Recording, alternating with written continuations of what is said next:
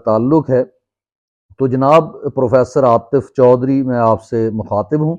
तो सबसे पहले तो आपको जुमातुल मुबारक। और जुमा जो है वो एक ऐसा डे है, अगर आप इसको समझें, एक तो इबादत है, दूसरा ये जो है ये बिलीवर्स की, मोमिनीन की जो है वो वीकली मीटिंग होती है। और इसमें बहुत सारी चीज़ों को जो जिसको हम कहते हैं चीज़ों का अहद, वो कहते हैं ना तजदीद करना, रीन्यू करना, तो बहुत सारी चीज़ों के बारे में देखा जाता है, मुआशरे के बारे में गुफ्तगू होती है। लेकिन हम क्या करते हैं, हम आखिरी वक्त में जाके जनाब कोशिश करते हैं बस हमें फ़र्ज़ नमाज मिल जाए।